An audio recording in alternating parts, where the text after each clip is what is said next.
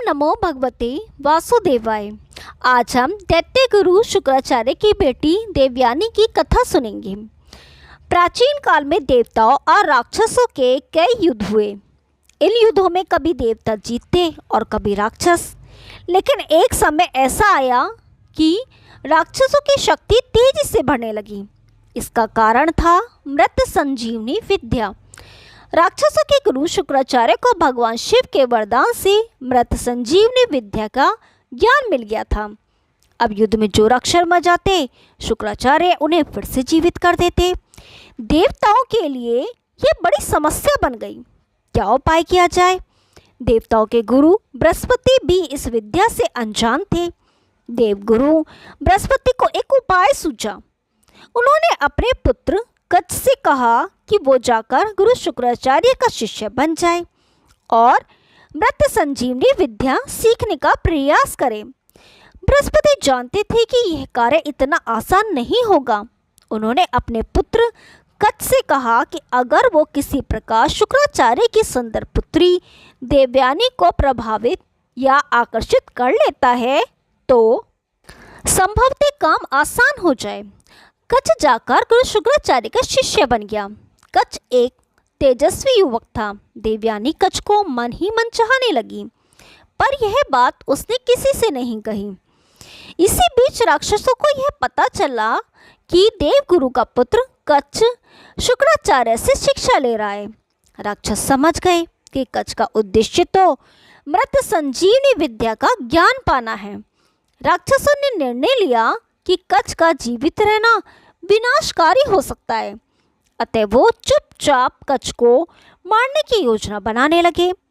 एक दिन राक्षसों ने कच्छ को पकड़कर उसका वध कर दिया। देवयानी ने जब ये जाना तो उसने रो रो कर पिता से कच्छ को पुनर्जीवित करने की याचना की। शुक्राचार्य देवयानी का कच्छ के प्रति प्रेम समझ गए।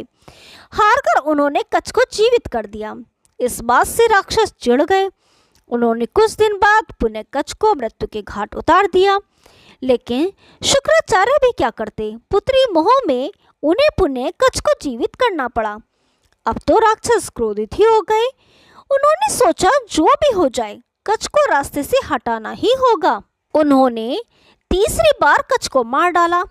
इस बार राक्षसों ने चालाकी की।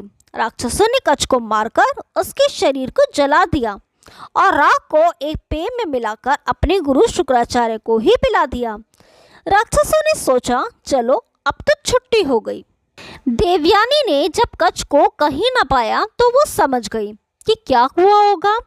देवयानी ने पुनः अपने पिता शुक्राचार्य से विनती की कि वो कच्छ का पता करें। शुक्राचार्य महान ऋषि थे। उन्होंने अपने तपोबल की शक्ति से कच्छ का आवाहन किया तो उन्हें खुद के पेट से कच्छ की आवाज आई। शुक्राचार्य दुविधा में पड़ गए। अगर वो कच्छ को जीवित करते हैं तो वो स्वयं मर जाएंगे। अतः उन्होंने कच्छ की आत्मा को मृत संजीवनी का ज्ञान दे दिया। कच्छ अपने गुरु शुक्राचार्य का पेट फाड़कर बाहर आ गया और शुक्राचार्य मर गए। कच्छ ने मृत संजीवनी विद्या का प्रयोग किया और गुरु शुक्राचार्य को जीवित कर दिया।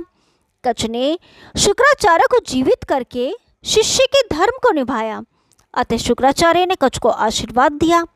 देवयानी कच्छ को देखकर अत्यंत प्रसन्न हुई और उसने कच्छ से विवाह करने की इच्छा जताई। जवाब में कच्छ ने सत्य का उद्घाटन किया कि यहाँ आने का उसका उद्देश्य मृत संजीवनी विद्या का ज्ञान तो पूरा हो चुका, अब वो वापस देवलोक जा रहा है। इसके साथ ही कच्छ ने यह भी कहा कि चूंकि वो शुक्राचार्य के पेट से निकला है अतः शुक्राचार्य उसके पिता समान हुए। इस प्रकार देवयानी कच्छ की बहन हुई, इसलिए वो अपनी बहन से शादी कैसे कर सकता है? देवयानी को इस बात से गहरा आघात पहुंचा। क्रोध और शोक में देवयानी ने कच्छ को श्राप दिया कि वो कभी भी मृत संजीवनी विद्या का प्रयोग नहीं कर पाएगा। कच्छ इस बात से चकित रह गया। चिढ़कर उसने भी देवयानी को श्राप दिया कि जो जिस भी व्यक्ति से विवाह करेगी उसका चरित्र अच्छा नहीं होगा। कच्छ के चले जाने के बाद देवयानी व्यतीत मन से जीवन व्यतीत करने लगी। एक दिन देवयानी राजकुमारी शर्मिष्ठा के साथ वन में स्नान करने गई। राजकुमारी शर्मिष्ठा असुर राजा वृषपर्वा की पुत्री थी। राजा वृषपर्वा गुरु शुक्राचार्य का बहुत सम्मान करते थे और उन्हें मुख्य सलाहकार नियुक्त किए थे। इसी कारण देवयानी और शर्मिष्ठा में पहचान और मित्रता थी। जहाँ लड़कियां स्नान कर रही थीं तो जोर ही हवा चली, जिससे नदी के बाहर रखे उनके सूखे कपड़े इधर उधर बिखरने लगे। जब देवयानी ने नदी से बाहर आकर कपड़े पहने तो गलती से उसने शर्मिष्ठा के वस्त्र पहन लिए। हवा की वजह से सब कपड़े आपस में मिल गए थे, अतः देवयानी से यह भूल हो गई। शर्मिष्ठा ने जब यह देखा कि देवयानी ने उसके वस्त्र पहन लिए तो उसने चिढ़कर कहा, राजकुमारी के कपड़े पहनने से तुम राजकुमारी नहीं बन जाओगी। तुम्हारे पिता मेरे पिता के सेवक ही हैं, तो तुम भी सेविका ही हो। देवयानी एक अति सुंदर युवती थी। राजकुमारी के वस्त्र पहनने से उसकी सुंदरता और बढ़ गई थी। शर्मिष्ठा भी रूपवती थी, पर उसे देवयानी के स्त्री स्वभाव वश जलन हुई। स्नान करके लौटते समय गुस्से और जलन से भरी शर्मिष्ठा ने देवयानी को एक सूखे कुएं में धकेल दिया और अपनी दासियों के साथ वापस नगर आ गई। कुआं बहुत गहरा नहीं था, अतः देवयानी बच तो गई, लेकिन वो उस कुएं से बाहर नहीं निकल पाई। गिरने से लगी चोट से कर्राती देवयानी बचाव की गुहार लगाने लगी। संयोगवश उसी जंगल में युवा राजा ययाति शिकार खेल रहे थे। राजा ययाति महान प्रतापी राजा नहुष के पुत्र थे। जब ययाति कुएं के पास से गुजरे तो उन्होंने देवयानी की करुण पुकार सुनी। राजा ययाति ने देवयानी का हाथ पकड़कर कुएं से बाहर निकालकर उसकी प्राण रक्षा की।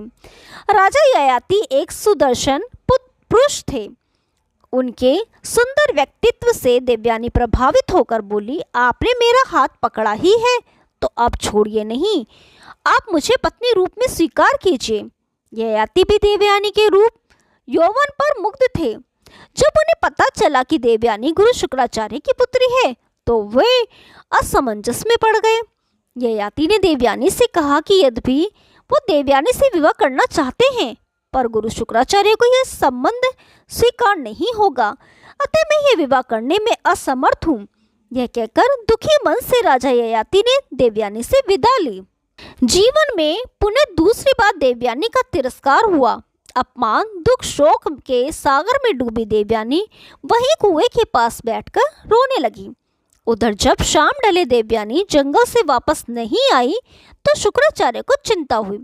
शुक्राचार्य देवयानी को खोजने निकल पड़े। वन में जब उन्हें देवयानी मिली तो उसकी हालत देखकर उन्हें बहुत दुख हुआ। देवयानी के कपड़े गंदे, शरीर में चोट लगी और सुंदर मुख अश्रुओं से डूबा हुआ था। अपनी प्रिय पुत्री की यह दशा देखकर शुक्राचार्य बहुत दुखी हुए। उन्होंने देवयानी से पूछा कि उसकी इस दयनीय स्थिति के लिए कौन उत्तरदायी है। देवयानी ने राजकुमारी शर्मिष्ठा की बात बताई और कहा कि राजकुमारी ने मुझे एक सेवक की पुत्री कहा और मेरा अपमान किया। मैं यहाँ से तब तक नहीं हिलूंगी जब तक राजकुमारी शर्मिष्ठा मेरी दासी नहीं बन जाती। यह अनवांछित इच्छा थी, पर गुरु शुक्राचार्य इस स्थिति में अपनी प्रिय पुत्री को ना कैसे कहते। शुक्राचार्य ने राजा वृषपर्वा को संदेश भेजा कि वो उनके राज्य में वापस नहीं लौटेंगे। अगर देवयानी के इच्छानुसार राजकुमारी शर्मिष्ठा देवयानी की सेविका नहीं बनी तो राजा वृषपर्वा ये बात जानते थे कि गुरु शुक्राचार्य के बिना असुरों का पतन निश्चित था। राजकुमारी शर्मिष्ठा भी यह बात जानती थी, अतः अपने वंश और राक्षस जाति के लिए उसने आखिरकार देवयानी की सेविका बनना स्वीकार कर लिया। दिन बीतने लगे। एक दिन देवयानी उसी वन में घूम रही थी कि पुनः उसकी मुलाकात राजा ययाति से हो गई। देवयानी और ययाति दोनों एक दूसरे को देखकर अत्यंत प्रसन्न हुए। इस बार देवयानी ययाति को अपने साथ लेकर पिता शुक्राचार्य के पास पहुंची और ययाति से विवाह करने की इच्छा व्यक्त की। गुरु शुक्राचार्य ने देवयानी की इच्छा स्वीकार की, पर उन्होंने ययाति के सामने शर्त रखी कि जीवन में कभी भी ययाति की वजह से देवयानी की आंख से एक भी अश्रु बहना नहीं चाहिए। ययाति ने यह शर्त सहर्ष मान ली, अतः देवयानी और ययाति का विवाह हो गया। देवयानी से विवाह के बाद राजा ययाति वापस अपने राज्य प्रतिष्ठानपुर आधुनिक इलाहाबाद शहर वापस लौट आए और आनंद पूर्वक जीवन व्यतीत करने लगे। देवयानी के साथ सेविका राजकुमारी शर्मिष्ठा भी आई थी। दासी होने के बावजूद चूंकि शर्मिष्ठा एक राजकुमारी थी, अतः उसे भी रहने के लिए एक अच्छा महल दे दिया गया था। एक दिन शर्मिष्ठा अपने उद्यान में घूम रही थी कि उसका सामना उधर से गुजरते राजा ययाति से हो गया। कच के श्राप का असर कहें या शर्मिष्ठा की सुंदरता या विधि का खेल, राजा ययाति शर्मिष्ठा की सुंदरता पर मोहित हो गए। शर्मिष्ठा भी ययाति की ओर आकर्षित थी। शर्मिष्ठा ने ययाति से विनती की कि वो उसकी भावनाओं का सम्मान करते हुए उससे विवाह कर ले। इच्छा तो ययाति की भी थी, पर वो जानते थे कि देवयानी को पता चला तो बहुत क्रोधित होगी। देवयानी को कष्ट हुआ तो गुरु शुक्राचार्य का रोष ययाति पर टूटेगा। शर्मिष्ठा ययाति से कहती है, राजधर्म के अनुसार यह बात जरा भी अनुचित नहीं कि एक राजा एक राजकुमारी से विवाह कर ले। अगर दोनों के मन में एक ही भाव हो तो हम दोनों के मन में एक ही भावना है, इसलिए हमें निसंकोच विवाह कर लेना चाहिए। आखिरकार ययाति शर्मिष्ठा की बातों से निरुत्तर हो गए और दोनों ने गुपचुप गंधर्व विवाह कर लिया। कुछ दिन बाद देवयानी गर्भवती हुई और उसके 2 पुत्र हुए, यदु और तुर्वस्तु। उधर शर्मिष्ठा ने भी 3 पुत्रों को जन्म दिया, पुरु, अनु और द्रहयु। देवयानी को जब पता चला कि शर्मिष्ठा के पुत्रों के पिता ययाति हैं, तो उसने यह बात शुक्राचार्य से बताई। क्रोधित शुक्राचार्य ने राजा ययाति को श्राप दे दिया कि वो तुरंत ही एक वृद्ध पुरुष बन जाए। देवयानी ने जब देखा कि उसका युवा सुंदर पति अब एक कुरु बूढ़ा व्यक्ति हो गया है, तो उसे कष्ट हुआ। देवयानी ने पिता शुक्राचार्य से विनती की कि वो अपना श्राप वापस ले लें। शुक्राचार्य बोले, मेरा श्राप तो वापस नहीं हो सकता। हाँ, अगर ययाति को कोई पुत्र अपनी इच्छा से अपना यौवन ययाति को दे दे तो ययाति फिर से युवा हो जाएगा। भोग में डूबे ययाति का मन यौवन के आनंद से भरा नहीं था। वो बड़े आत्मविश्वास से अपने बड़े पुत्र यदु के पास गया और यौवन देने की बात कही। यदु ने ययाति को मना कर दिया। इसी प्रकार तुर्वस्तु, अनु, द्रहयु ने भी ययाति के आग्रह को ठुकरा दिया। अंत में ययाति ने अपने सबसे छोटे पुत्र पुरु से याचना की। पुरु ने सहर्ष अपने पिता की बात मान ली और यौवन दे दिया। उसी पल ययाति पुनः युवा बन गए और पुरु एक वृद्ध व्यक्ति बन गया। ययाति ने आनंद पूर्वक 100 साल तक यौवन का उपभोग किया। 100 वर्ष पूरा होने के बाद भी ययाति ने जब अपने को असंतुष्ट पाया तो वह सोच में पड़ गया। उसे समझ आया कि इच्छाओं का कोई अंत नहीं है। लाख मन की कर लो मगर फिर कोई नई इच्छा पैदा हो जाती है। ऐसे कामनाओं के पीछे भागना व्यर्थ है। अतः ययाति ने अपने पुत्र पुरु के पास वापस जाकर उसे अपना यौवन वापस करने की सोची। जब पुरु को अपने पिता ययाति की इच्छा का पता चला तो उसने कहा, अपने पिता की आज्ञा पालन तो मेरा कर्तव्य था। अगर आप चाहें तो कुछ समय और आनंद भोग करें, मुझे कोई कष्ट नहीं है। ययाति ने जब ये बात सुनी तो उन्हें बहुत गलानी हुई।